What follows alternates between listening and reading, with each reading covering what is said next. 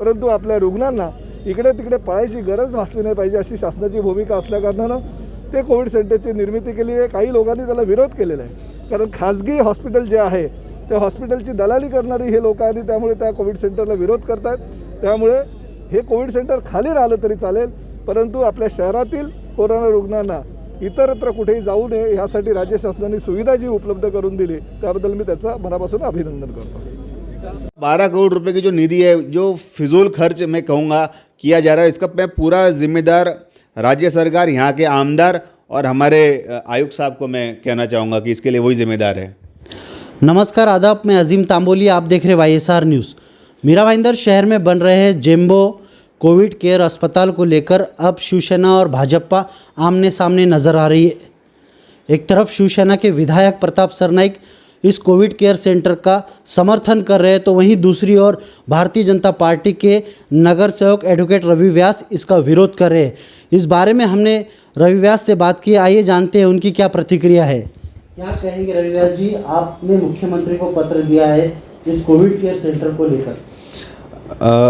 मैंने इस Covid care centre जो टेम्पररी रूप से 3 महीने के लिए बनाया जा रहा है, इसके लिए पहले भी मैंने कई बार कमिश्नर साहब को, महापौर मैडम को, मुख्यमंत्री जी को पत्र दिया था कि 10.5 करोड़ रुपए की बर्बादी, केवल मंडप लगाने के लिए इतना बड़ा खर्च करना जनता के पैसे की बर्बादी है।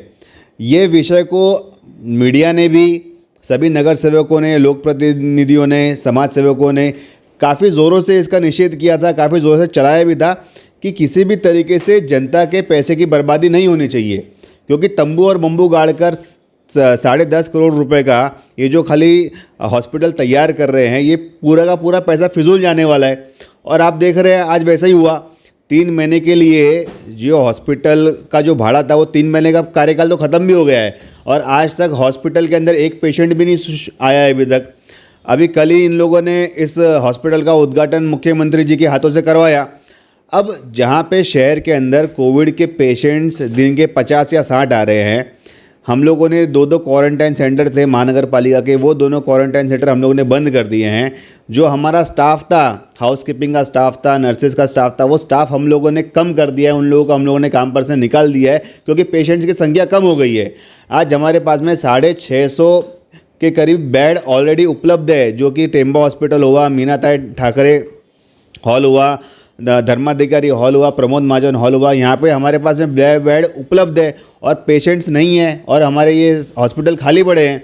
आज ऐसी स्थिति है जहाँ पे हमारे पास में बेड्स एक्स्ट्रा उपलब्ध है और हमारे पास में ये भी वास्तु है, एक्स्ट्रा वास्तु है, जहाँ पे हम लोग खाली हॉस्पिटल के बेड्स लगा के और मेडिकल इक्विपमेंट्स लगा के भी हम लोग पेशेंट लोगों को ट्रीटमेंट दे सकते थे। ऐसी सुविधा हमारे पास में उपलब्ध होने के बावजूद भी मैं नाम लेके बोलूँगा कि प्रताप सरनाईक जी और हमारा जो महानगर पालिका का जो प्रशासन है, उन लोगों ने पैसे की बर्बादी की है 10.5 करोड़ रुपए का मंडप लगाकर।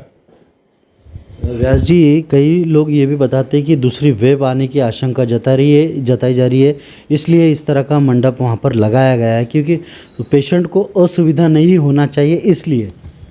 दूसरी वेव आने की आशंका जताई जा रही है, वो बात मैं मानता हूँ, लेकिन हमारे पास में बिल्डिंग्स है, हमारे पास में हॉल्स है, हमारे पास में स्टूडियो है।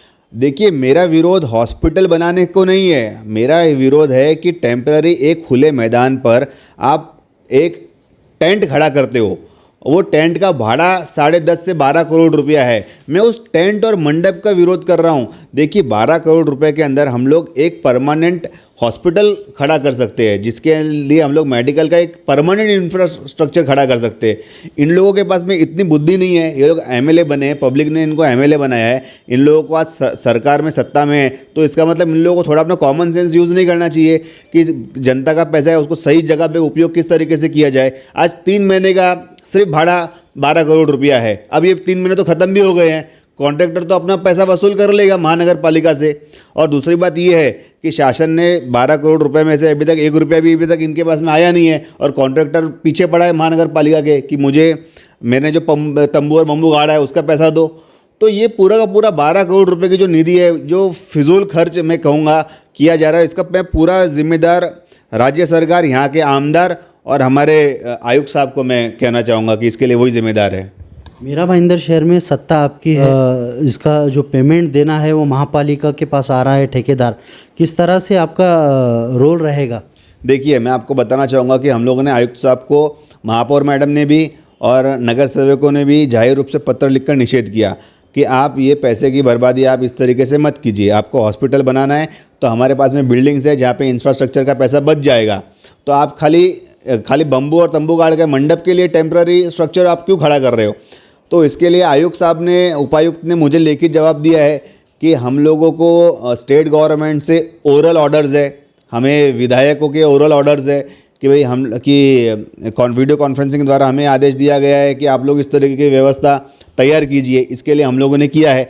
अब ये प्रशासन भी अपना पलड़ा झाड़ रहा है और स्टेट गवर्नमेंट के ऊपर वो बोल रहा है कि उन्होंने बोला इसके लिए हम लोगों ने किया, तो अब इसके लिए जिम्मेदार राज्य सरकार है या फिर प्रशासन है, वो आपस में तय करे। ये थे एडवोकेट रवि व्यास, भारतीय जनता पार्टी के नगर सेवक हैं। इन्होंने सीधे तौर पर राज्य सरकार और स्थानीय एमएलए पर आरोप लगाया, ये पैसे फजूल खर्चा किया जा रहा है, इस तरह का इन्होंने आरोप लगाया। कॅमेरामॅन विनय के साथ अजीम तांबोली, भाईंदर। घेतलेलं आहे की ही वस्तुस्थिती आहे आणि आम्ही देवाचे आभार मानतो की मीरा भाईंदर शहरातून नव्हे तर महाराष्ट्रातून, देशातून कोरोना हद्दपार झाला पाहिजे। परंतु ज्या पद्धतीनं युरोपसारख्या देशामध्ये, अमेरिकेसारख्या देशामध्ये, दिल्लीसारख्या आपल्या ह्या देशाच्या राजधानीमध्ये कोरोनाची दुसरी लाट आलेली आहे। ईश्वर कृपेनं आपल्या ह्या शहरामध्ये आणि महाराष्ट्रामध्ये ही लाट येऊ नये, परंतु यदाकदाचित जर ती लाट आली तर आपल्या सर्व जे कोरोना रुग्ण आहेत त्यांसाठी व्यवस्था करण्यासाठीची राज्य शासनाने जो पुढाकार घेतलेला आहे, भले ते कोविड सेंटर खाली असलं तरी चालेल, परंतु आपल्या रुग्णांना इकडे तिकडे पळायची गरज भासली नाही पाहिजे अशी शासनाची भूमिका असल्याकारणानं ते कोविड सेंटरची निर्मिती केली आहे। काही लोकांनी त्याला विरोध केलेला आहे, कारण खाजगी हॉस्पिटल जे आहे त्या हॉस्पिटलची दलाली करणारी हे लोक आहेत, त्यामुळे त्या कोविड सेंटरला विरोध करतात। त्यामुळे हे कोविड सेंटर खाली राहिलं तरी चालेल, परंतु आपल्या शहरातील कोरोना रुग्णांना इतरत्र कुठेही जाऊ नये यासाठी राज्य शासनाने सुविधा जी उपलब्ध करून दिली त्याबद्दल मी त्याचा मनापासून अभिनंदन करतो।